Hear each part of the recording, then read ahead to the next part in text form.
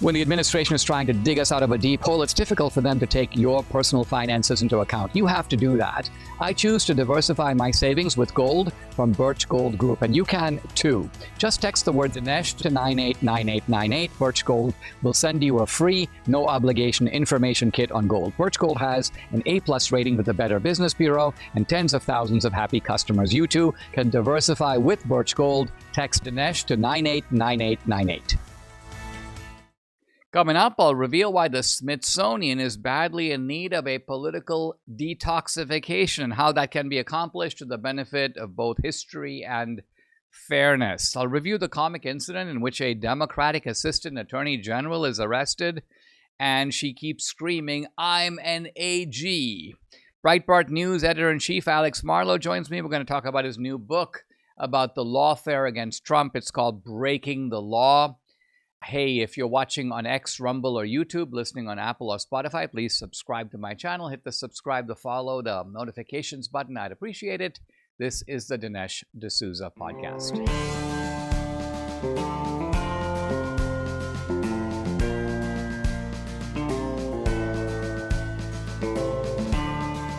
America needs this voice. The times are crazy. In a time of confusion, division, and lies, we need a brave voice of reason, understanding, and truth. This is the Dinesh D'Souza podcast. Before I launch into my opening topic, which is the Smithsonian and Trump's effort to remake the museum system, the federally run museum system called the Smithsonian, which is in fact an overseer of multiple museums. If you've been to Washington, D.C., there's the Museum of Natural History, the Museum of Air and Space, and many others, all of them collectively telling a story about America. And we'll get to that in just a moment. But I like to begin with a couple of items in the news and comment on them. So Trump, as you know, has called for not only getting rid of the voting machines, but also getting rid of mail-in ballots. And now we see a massive proliferation of governors, senators, media pundits, all firing back at Trump. And here's a classic example from Debbie Dingell. The other Debbie right here in the podcast studio is laughing. Fortunately, I didn't marry a woman named Debbie Dingell, although I guess if I had, I would be rescuing her from that last name. So, I mean, things could be worse. She could be like Debbie Ding Dong, which would be worse. But here's Representative Debbie Dingell. I guess that sounds alarmingly close to Debbie Dangle, like something's hanging down.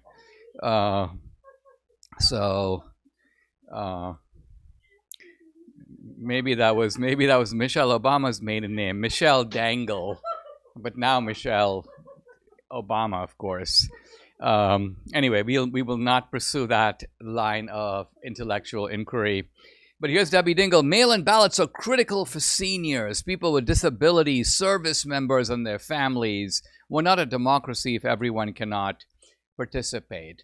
And in some form, this rhetoric is echoing all over the place. But if you think back to this whole debate, you remember the term that we used to use very commonly in elections that you don't hear that much anymore, absentee ballots. And what I'm getting at is that there is a big difference between mail-in ballots and absentee ballots. The Democrats know this. They're confusing this in the same way that they commonly confuse illegals and immigrants. Trump is cracking down on immigrants. Trump is forcibly sending immigrants to, other countries. No, he's not. Illegals are not immigrants. And similarly here, the absentee ballots were always designed for people in very special circumstances who could not be expected to show up and vote in person. So to mention a couple of groups, people in nursing homes, they're not mobile, they can't vote in person.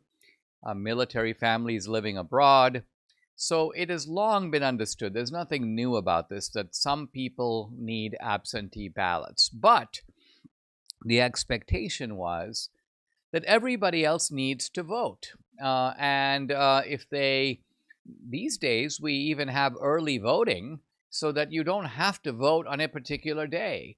The excuse that, oh, that particular day just happens to be horrible, I can't possibly vote on that day. Well, you have a 2-week period of early voting prior to election day when you can step in and vote, sometimes an even longer period. So the Democrats are invoking the rationale for absentee ballots in order to oppose legitimate requirements of having people who are not service members, not stationed abroad, not confined to nursing homes, to basically say we need to have mail-in ballots for everybody, not just in these special cases. Here's some good news. Tulsi Gabbard has stripped 37 intelligence officials of their security clearances. Who are these people? Well, this can be called the Obama gang inside the intelligence agencies. When Obama ordered a new intel report with essentially a predetermined conclusion, earlier the intelligence agencies said Trump was not colluding with Russia. Obama goes, let's do a new intelligence that shows that he is. Well, there were 37 people who said, yeah, we're happy to work on this. We'll come together as a special ops team and make this happen. These are the people who have been stripped of their security clearances because Tulsi Gabbard says, listen, the weaponization of intelligence to advance a partisan or non-objective agenda, this is inconsistent with what national security requires. So this is a punishment. It's not as mild a punishment as it sounds, because all these guys, when they leave the government, typically go on to lucrative careers where they're able to parade their clearances as evidence that they can be trusted. They are trusted at the highest levels. They see things that other people don't see. They're privy to information other people aren't. So I'm looking at the list of these 37 people. We won't recognize most of these names, but you might recognize a couple. Charles Kupchan, for example, Dilpreet Sidhu, Heather Gutierrez, Joel T. Meyer, William J. Tuttle. So these are the spooks who tried to get Trump. And now we got them.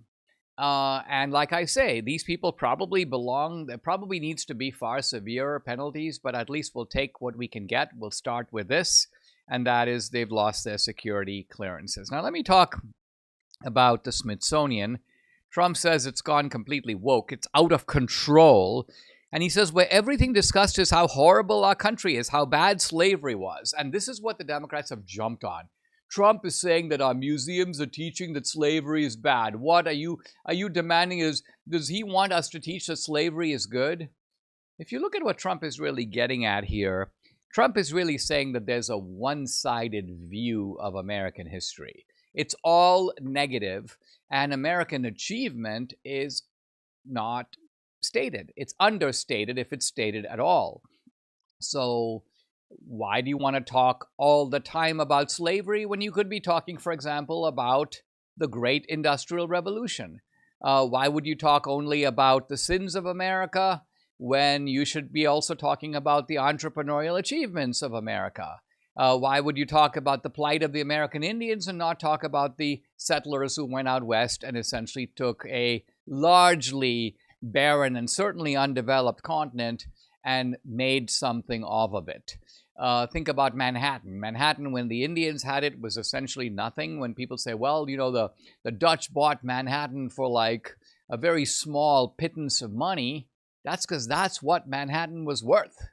Manhattan was basically dirt. It wasn't worth any more than what the Dutch paid for it. Now, Manhattan has been developed. Manhattan today is worth a lot more, but that's not because of the dirt alone. It's because of what was put in the place of that dirt over subsequent decades. The Smithsonian attracts about 20 million people a year, many of them kids. And so this woke, one-sided, left-wing Marxist view of history, that's what people are getting. The critique of Trump is all based on the idea that what we're getting now is objective history. because it's coming from academic sources, academic committees, but these are left-wing committees convened by the Smithsonian to give a spun narrative. The spun narrative goes on and on. It's LGBTQ stuff. It is the Marxist spin on American history. Everything is about stopping hate. All the discussion of Asian Americans, again, doesn't focus on achievements, IQ scores, SAT scores, overrepresentation of Asians, the model minority. No, it focuses really on things like, a Filipino guy was beaten up on the street of LA and the suspect is a white supremacist. Nothing about Antifa, nothing about the left-wing revolutionary organizations, the Weather Underground. It's trans propaganda. It's the US flag shown burning. It's the KKK, which is always somehow slyly associated with the right, even though the reality is the opposite. This is the disgrace called the Smithsonian. Now, if it were me, I would probably just shut the whole thing down because, like I say, any country that degrades its own history in this way is essentially a country that is on intellectual suicide watch. Because countries that are strong and successful are countries that affirm their own heritage. Not to say that they are not aware of their mistakes, not to say they don't learn from them, but they don't parade them, they don't indoctrinate their kids in them, they don't teach their kids to hate their own country. Now, here is Rick Wilson, basically one of these Lincoln Project guys, and he's being highly sarcastic. He's highlighting Trump's statement about, quote, how bad slavery was. He goes, "What were the good parts of slavery, MAGA?" And so I decided, all right, I'm going to take him up on this, and I'm going to actually tell you, and I've been a very prominent critic of slavery. My movies depict the horrors of slavery. In no way do I claim that slavery was a good thing. But on the other hand, I do have enough intellectual nuance to realize that even very bad things sometimes do have a silver lining. So I'm going to answer Rick Wilson's question, what was the good part about slavery? Here's my answer. Slavery brought millions of Africans into the orbit of Western civilization where their descendants, not them, but their descendants, have liberties and opportunities unavailable anywhere in the lands that they came from. And then I give an example. When Muhammad Ali was asked his view of Africa, he replied, "Thank God my granddaddy got on that boat." So what is Ali getting at? He's getting at the fact that even though his ancestors had it worse in America, he, Muhammad Ali, is very glad to be here. And I'll note also that when people talk about slavery, and the museums, the textbooks, the History Channel, it's all the same. They never highlight the role of the Democratic Party. What I've done today, and I'm replying to a number of these prominent Democrats and leftists, is I say, hey, we're not trying to not teach about slavery, but what we are trying to teach is facts like this. In 1860, this is the year of the Civil War, when there were about 4 million slaves in America, about 25 of them, in fact less than 25, were owned by Republicans. There were fewer than 10 Republican slave owners in the country, which means that all the other slaves, 3,999,975, so all of them minus the 25, let's say, all of those, or the vast, vast majority of those. There were a couple of other smaller parties, so it wasn't just Republicans and Democrats, but the Democrats owned the vast majority of the rest of the 4 million slaves. I guess that's my point. Was there ever an exhibit? The Smithsonian has had hundreds of exhibits on slavery. I promise you that not a single one of them pointed out that the Democrats owned virtually all the slaves. I promise you that not a single one highlighted the fact that Democrats passed every segregation law in the South. I bet you that not one of them highlighted the fact that, quote, the Ku Klux Klan was the domestic terrorist arm of the Democratic Party. I'm actually quoting a progressive historian from Columbia University, Eric Foner, but I bet you even he wasn't quoted to this effect in any Smithsonian public document. So the Smithsonian has existed to spin history, to whitewash it, to twist it, to sanitize it. We're not getting objective history. It's not as if Trump is walking in and saying, we're getting objective stuff. Let me change it to my view. No, what Trump is actually trying to achieve is a modicum of balance, and I say about time. Hey, when I flip a container around and I can't pronounce it or recognize the ingredients, I just put it back. But that's why you're going to find Balance of Nature, fruits and veggies in a capsule. These are the fruit and veggie supplements. You're going to find these on a shelf in my home because every single ingredient is a fruit or veggie plucked from the soil. No binders, no additives, no artificial colors, no fillers. It's just whole fruits and veggies, gluten-free and vegan-friendly. These harvested ingredients are freeze-dried into a fine powder using an advanced vacuum cold process to better preserve nutritional value. I can say with absolute confidence I'm getting 31 ingredients from fruits and veggies. And if you don't like taking pills, hey, consider opening your fruit and veggie supplements and mix the powder into a smoothie or sprinkle them over food. Join me in taking Balance of Nature every day. Use my discount code AMERICA. You get 35% off, plus free shipping, and for a limited time, a free bottle of fiber and spice. This is the fiber and spice, but you got to use my discount code AMERICA. Here's the number to call, 800-246-8751. That's 800-246-8751, or you can go to balanceofnature.com. When you use discount code AMERICA, you get 35% off plus a free bottle of fiber and spice. When the cultural tide turns against truth, it becomes more important than ever to support the storytellers who are willing to stand for it. And this is what Angel is doing. They're not just producing entertainment, they're giving a home to stories that reflect the principles this country was founded on: faith, family, and freedom. They've released films like Sound of Freedom, which expose the modern-day reality of child trafficking when Hollywood refused to touch it. They're backing projects like The Last Rodeo and Green and Gold, stories that celebrate Middle America, sacrifice, and generational legacy. Angel isn't answering to Hollywood gatekeepers. They answer to their members, and that's where the Angel Guild comes in. Guild members vote on which projects move forward. They help support the stories that deserve to be told, and they're proving that when ordinary people unite behind truth, extraordinary things happen. Join the movement. Go to angel.com/Dinesh. Join the Angel Guild today. Support films that reflect your values. Angel.com/Dinesh.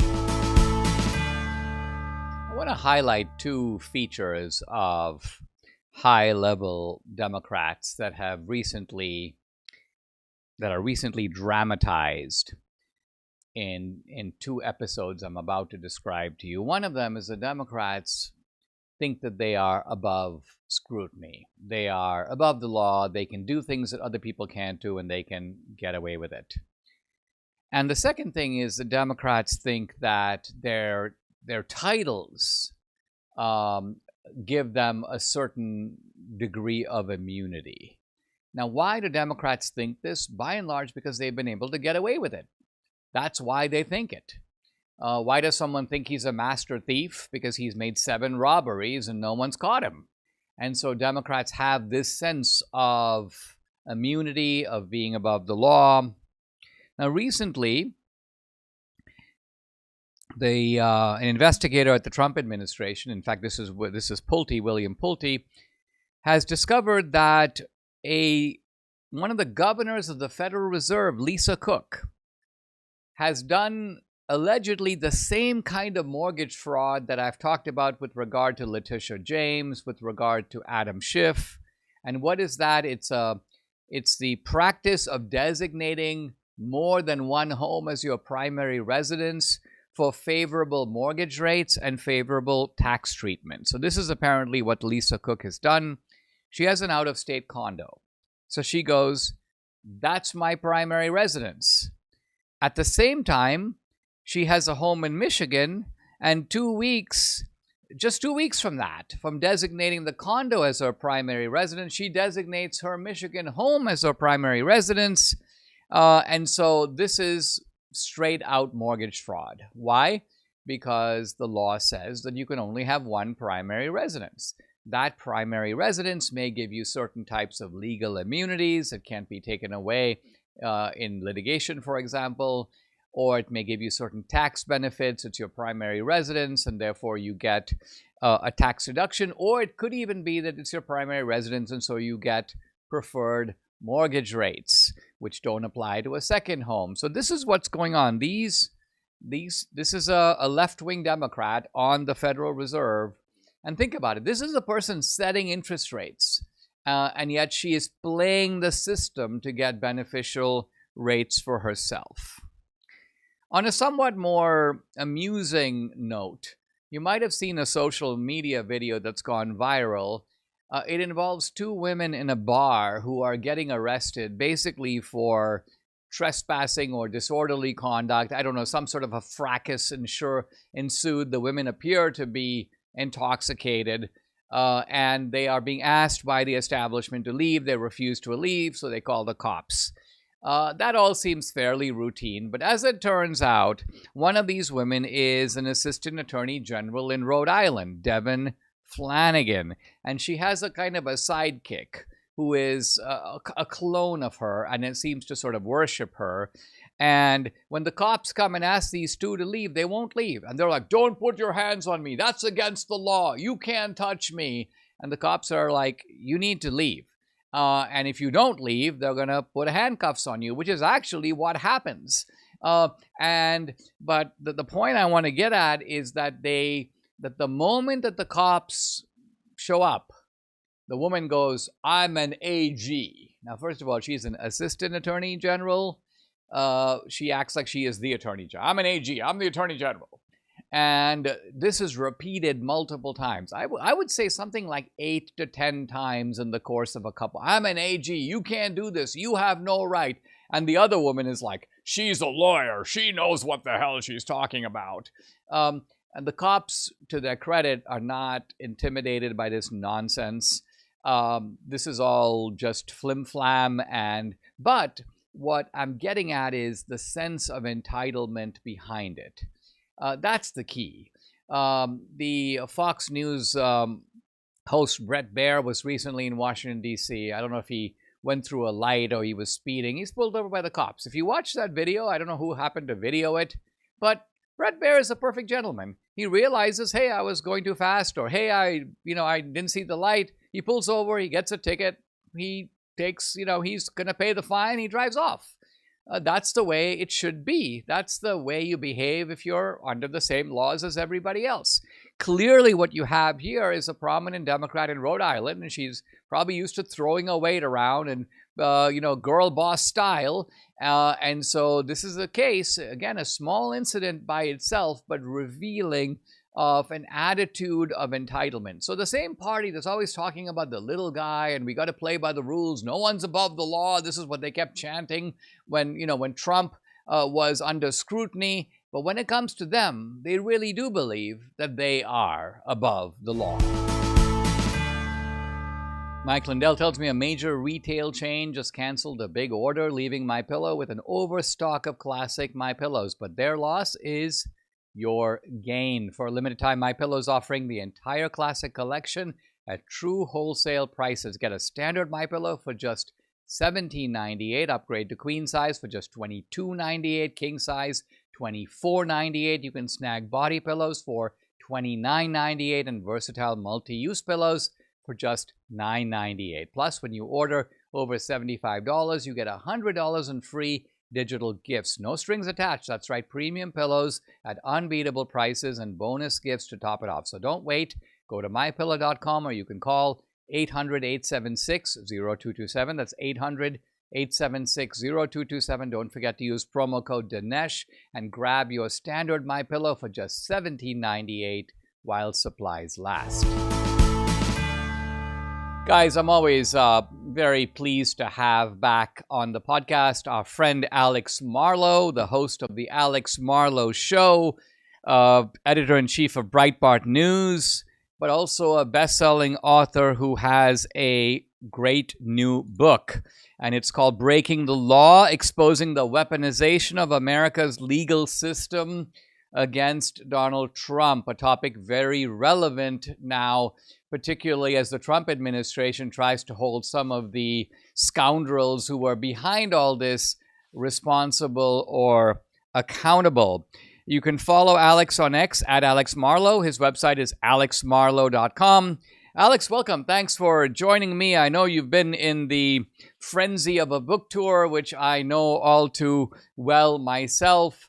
Let's talk about this lawfare against Trump. Now, if I try to put this in its widest perspective, it seems to me that the Democrats tried to go after Trump in three distinct waves. So, wave one, which was right around 2016, was let's frame this guy as a Russian asset. This was a political strike on Trump. It was intended to, it of course resulted in investigations by the FBI and others, Rod Rosenstein. The second wave was impeachment. Let's impeach Trump, which was tried twice. And the third wave was, I think, the subject of your book, which is lawfare, which it seems could itself be divided into the category of civil lawfare and criminal lawfare. Do you agree with this kind of overall summary of the three-pronged attack on Trump in three successive waves? Yeah, I haven't thought of exactly that way, but it makes perfect sense the way you sum it up. Initially, the idea was we're going to frame him as a Russian agent, and then we're going to try to use the powers of impeachment. And I go through in the book, the first couple of chapters are a history of lawfare, and I go back to Franklin Roosevelt. And I know, Dinesh, you always like to tie history towards what's happening currently, and I think that's always a good exercise to do that. And then I get into all the ways they tried to use impeachment and investigations while he was president, which really did kind of nullify a lot of his first administration, really relevant stuff. And they tried to impeach him for everything. I mean, we only remember the two impeachments. Maybe most of us only probably remember the first impeachment, but they really tried like dozens and dozens of times to try to impeach him, which is pretty amazing. Literally everything. And I list everything. It's an absurd list. And then they did get into, of course, the post-presidency using the lawfare against first his supporters with the J6 stuff. That was really overwhelming. And then focusing on Trump himself. And there were 6 major cases, 2 of them civil. The only thing that I might differ with is your characterization at the end of civil. There was a civil lane and a criminal lane. They were one and the same. And that's something that should be highly illegal and definitely immoral. That Tish James in particular, her New York court, tried to prosecute Trump as if he was a criminal, even though it was a civil court, which you're not supposed to do that. It was entirely unprecedented. And they did try to frame him as a criminal. And the way she conducted the case, so I'm happy to detail, was as if he had committed a crime and not some sort of a civil violation where he had maybe deprived someone of some money they were owed. And that really was the tone of it. And it does get muddled, does get confusing. And I think I try to do a good job of explaining all the nuances to it so people fully understand what happened, which was all an effort to subvert the election, in my opinion, which, again, Dinesh, one of your subject matters. Alex, instruct us in how it can come about that you have these multiple cases. You mentioned 6. Now, 2 of them, as I understand it, were in New York. One, of course, was the civil case. Well, I guess 3 were in New York if you count the E. Jane Carroll case, right? And then you have the Fannie Willis in Georgia, and then you have the 2 Jack Smith cases. Correct. So my question is this. Is it the Democrats all have the same frame of mind and all of these developed organically so that all these people were attacking Trump in their own way, using their own weaponry? Or was this all really one single operation, somehow coordinated across state lines and really comprehensively plotted and executed? How does this kind of come about? Yeah, this is the question to ask. And I think this is the most fundamental thing in the book, is that I trace every single one of the cases against Trump to the Joe Biden White House and the upper echelons of the DOJ, which is blatantly illegal. We have due process clauses in our Constitution. We have equal protection clauses. Clearly, when you have a coordinated political persecution that is widespread, it is a conspiracy, literally. We all talk about conspiracies. This is one of them that was done by the White House. And Joe Biden's White House, there are many sources that assumed within Joe Biden's White House that Trump would be in jail for the 2024 election. That's a fundamental point I'm making, that no one has really spelled that out to people, that there was a deep connection throughout all of them. And I walk through where the connection takes place. That said, your initial premise is also true. All of these people get their same talking points, their same marching orders from the same groups of people, and they have a knack for figuring out what is our pain points on the right, and they don't really need to be shown what to do. There doesn't really need to be a level of coordination for it to become apparent that these people are all on the same page somehow. It's one of the left's gifts that we don't have on the right, is they all get on the same page. We're getting Trump now. That's the narrative, and they all did try to do it. But I think what's more fundamental in the legal sense and what should be investigated is you go through the cases. You get Tish James in New York was making White House visits. She also had she was someone who was a frequent person inside the White House, also someone who had campaigned against Donald Trump when she was running for her position, that she had said, I'm going to go get him. Fonnie Willis was going to, in Georgia, she was going to the White House on a couple of times. Her deputy, Nathan Wade, her boyfriend, who is a family lawyer, someone who had no business being on a RICO case, he had 2 8-hour visits at the White House during the case. How could that possibly be? Only if he's coordinating. In the Stormy Daniels case, the one that ended up in the criminal convictions, there was a guy from the top of the DOJ named Matthew Colangelo who would have been in a spot to be a Supreme Court justice or an FBI director or a cabinet secretary. He went down to the Southern District of New York to try to prosecute Donald Trump. This is a massive demotion. It only would have happened if there's coordination at the top.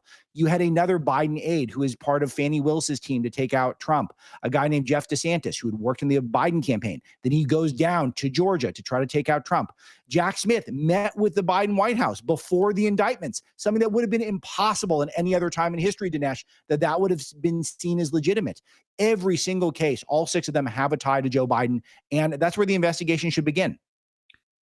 Do you think, Alex, as we look back at these cases, one of the things I remember is we would say to the left, well, look, if you guys had a case against Trump, we would expect you to make it. But the fact that you've got 90 plus criminal charges is a pretty clear indication. You've got a man who doesn't have a single criminal charge for 70 years of his life, and then suddenly he's facing 90. I mean, something seems off, right? And the left would just go, well, this guy is obviously a habitual criminal, and this is the only way that we have to go after him. He just commits crimes every time he turns around.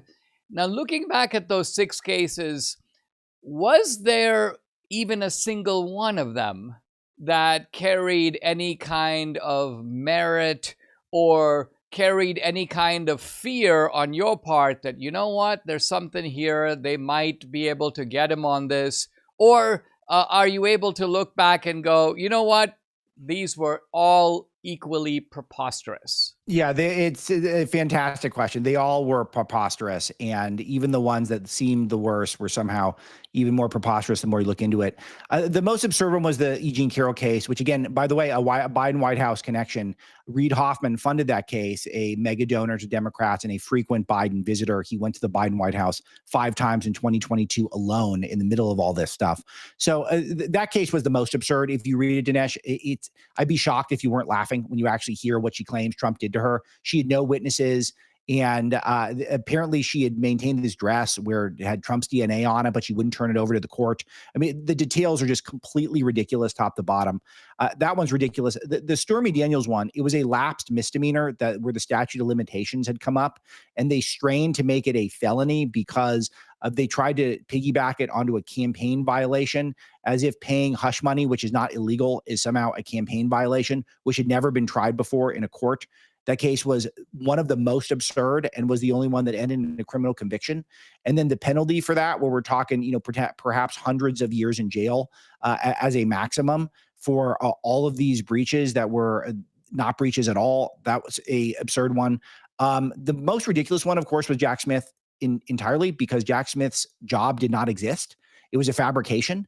So Jack Smith, in order for that job to be created, it would have required a presidential appointment and a Senate confirmation, neither of which Smith had, which is why Judge Eileen Cannon eventually threw it out.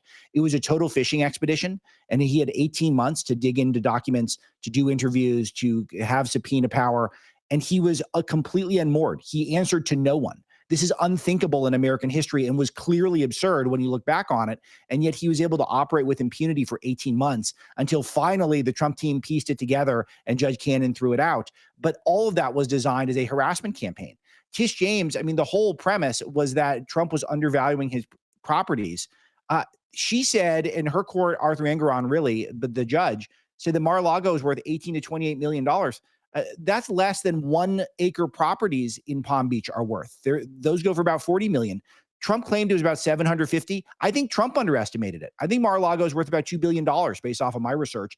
They wanted him to claim it was worth 20 billion. I'm sorry, 20 million. It's Dinesh, one after the next is infuriating, completely ridiculous, every single one of them. Let's turn, Alex, to what is going on now. There seems to be a investigation inside the DOJ to hold some of these Russia collusion orchestrators accountable. As you know, there might be some investigations of the Letitia James mortgage shenanigans and Yes. extending to Schiff, who seems to have maybe done the same thing, declaring 2 homes to be his primary residence. So it would be somewhat ironic if you actually got them on that particular charge, right? Yes. But based on what you're saying, the main perpetrators are clearly still at large, right? Alvin Bragg is still at large. Yes. Merrick Garland is still at large. Jack Smith is still at large. Now, is there any accountability that can be done now for all that? Or is this just a case where you have an expose, you alert the American people to an injustice or a series of injustices against Trump, but how do you actually prevent that from happening again? Yeah, this is the right question. And I've directed people to a lot of different investigations. And we've got some really serious people who would be in charge of investigations like this. People like Ed Martin, who are fearless of the press and would lead up some of this stuff. So I'm optimistic we'll get more investigations. We've already got 2.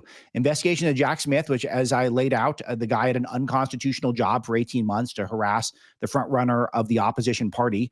His wife made documentaries about Michelle Obama, Dinesh. I mean, that's where he's coming from. And he got to investigate Trump for 18 months in a fake job. That should be investigated. And it is. Letitia James, who campaigned to bust Trump, ignored crime in New York, and clearly denied Trump's civil rights. This is what is known as a conspiracy against rights in the legal world. She should be looked into for that, and she is. So we're seeing the investigations take place. There needs to be a half a dozen more, and I lay them out in the book. I have some teasers at Breitbart.com for people who would like to see where I think the investigation should go next. But yes, they need to start, and they are starting. So I'm actually optimistic here that maybe for once we could actually see some results from investigators. But your note of, I guess, light cynicism, which I share, which is that these people don't end up getting held to account. They all end up running free. They all end up getting contributorships on cable news. Well, I do think that there is one long-term solution here. We just have to win every election. There's too many liberals on the bench, and the way to get them out is to win every election. Every judge election, we've got to get involved. And then we need to hold our elected leaders to account so that we're appointing the most conservative people possible, so that there aren't these types of liberal judges who are clearly activists, who are on the bench, who are trying to do us political harm, the way they did to President Trump and the way they almost deprived us of our right to vote in 2024. One heartening thing that I do see, Alex, is that in the past, and we're seeing the media try the same tactic now, but it's not working. Their tactic now is to say, and this is like Ken Delaney at NBC, that the Republicans are politicizing the judiciary. The Republicans are weaponizing the government against Democrats. Now, this is so out there and coming after everything that Biden and Harris did. It's so laughable. And yet, in an earlier era, I think you know and I know that Republicans would be like, well, we stand duly chastised. We should not be like the Democrats. We're better than they are. We have to act on principle. I think that we've learned that the most effective way to stop this gangsterization of the left is to give them a taste of their own medicine. That is a temperamental shift, and I think on the balance, a very needed one.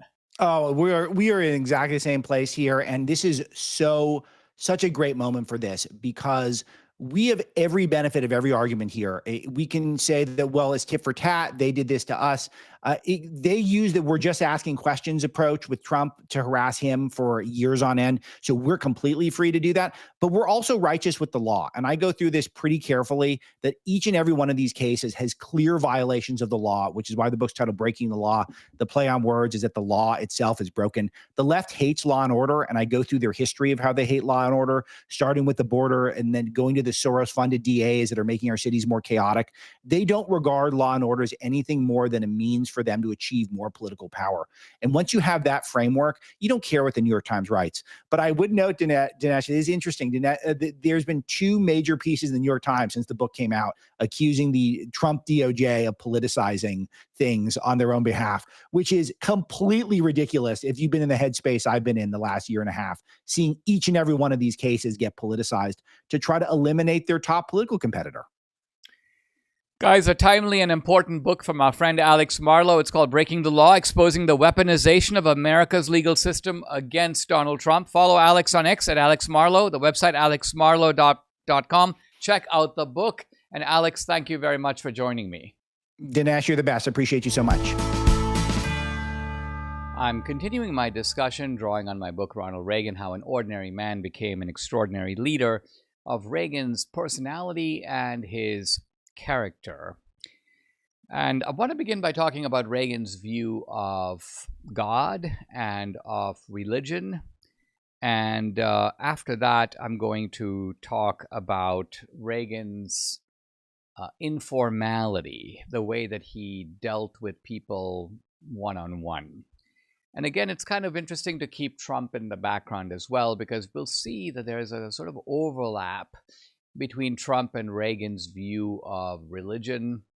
In fact, I was doing my Locals Q&A yesterday. And by the way, if you haven't signed up for my Locals channel, do consider doing it. Why? Because we can have these conversations back and forth, which you can't do in a normal podcast setting. You can watch me or listen to me, but you can't interact with me. But anyway, we were interacting on the issue of Trump's kind of religiosity. And Trump had made some statement basically saying that, very Trumpian, by the way, if I solve this Ukraine war and I bring peace, Trump goes, and I think he's half joking, but only half joking. He goes, well, I think God may keep that in mind in like letting me into heaven. And so someone is like, Dinesh, you need to let Trump know that good deeds are not going to get him into heaven. This is, in other words, one of my interlocutors was asking me to instruct Trump in the Protestant doctrine of salvation by faith alone. Well, I shouldn't say Protestant doctrine. It's a Christian doctrine more broadly, but there are nuanced differences between Catholic and Protestant understandings of what that means. And I was kind of chuckling and shaking my head as if, you can't instruct Trump in this kind of thing. It's very hard to instruct Trump in anything at all, but instructing him in this in particular is just not going to work. But let's look at Reagan by contrast. I was friends in the old days with a guy named Joe Sobran, who was a senior editor of National Review. Just a wonderfully humorous and insightful man. He lived in Princeton, New Jersey when I lived there as well, editing a magazine called The Prospect Magazine, published by an alumni group at Princeton. By the way, Samuel Alito in those days was one of our subscribers. Alito is also a Princeton grad. In any event, Sobran lived in Princeton. We became good friends. And we're talking about Reagan, and Joe said the following. He said, he said the reason that that Reagan is so effective in communicating moral ideals is precisely because he is not all that devout himself. If Reagan were devout, let's just say Reagan was, like the Pope, or let's say Reagan was a person known for his like rigorous religiosity, Joe's point is, well, then some people may be able to say, well, you know what, this guy, he wants everybody to be like him. He wants to enforce a code of morality on everybody. He wants to bring the hammer down, if you will, on the country. But because Reagan's style is very relaxed, it's very endearing, people get the idea that, you know what, Reagan respects certain norms. He may even fall short of them himself. But nevertheless, that makes him more like the rest of us. And as Joe put it, and this is the line that stuck in my mind, and I put it in the book, he goes, he would rather appear to be a sinner than abolish the idea of sin. I think that's a very perceptive remark about Reagan. And And this is all corroborated by the fact that Reagan was a very irregular churchgoer. He didn't go at all when he was president. When I say he didn't go at all, he would go in certain ceremonial holidays and so on. But somebody once asked him, "Hey, why don't you go to church?" And he goes, "Well, it's issues of security, and Secret Service has some concerns." But note that those concerns didn't stop Jimmy Carter from going, or George Bush, or even Bill Clinton. Would pretty regularly attend St. John's Church, which is across from the White House. Now, Reagan did go to church back in California once he completed the presidency, but he was kind of funny about all this. He was a little superstitious at times. He liked to knock on wood. He carried a good luck penny, and his sense of humor also showed a certain type of slight religious irreverence. One of Reagan's stories actually was about a guy who falls off a cliff, and as he's plummeting down, he grabs a tree limb that's sticking out of the mountain, and he's looking down at the canyon like 300 feet below. And so he's in a desperate situation because he's hanging off of this tree. And so he looks up and he goes, "Lord, if there's anyone up there, give me faith, tell me what to do." And then a voice comes from heaven that says, "If you have faith, let go." And then the guy looks down and he looks up again and he goes, "Is there anyone else up there?" That's Reagan. Reagan thought that was extremely funny. And it's extremely funny because it is a case where human nature is pulling in the opposite direction. If you have faith, let go is just not what somebody wants to hear in that situation. But all this being said, Reagan would insist that at the Republican National Convention, there's a minute of silence and or that there's a prayer. Pastors would sometimes come and offer to pray over Reagan, and Reagan not only allowed that, but he was quite moved. Reagan kind of dabbled in religious prophecy. He would ask Billy Graham things like, "Well, when do you think the world is going to end?" So he was interested in the apocalypse. Reagan believed the founding of the State of Israel was a providential event. And I think this is the important thing about Reagan, his personal lightheartedness about religion, the fact that his common word for God was the man upstairs, which again shows that whimsicality. But Reagan was quite serious about the fact that he believed in the teachings of Christ. He was once asked about whom he admired most, and he goes, "The man from Galilee." So that's Reagan. And I think more telling, he believed in the providential hand of God over America.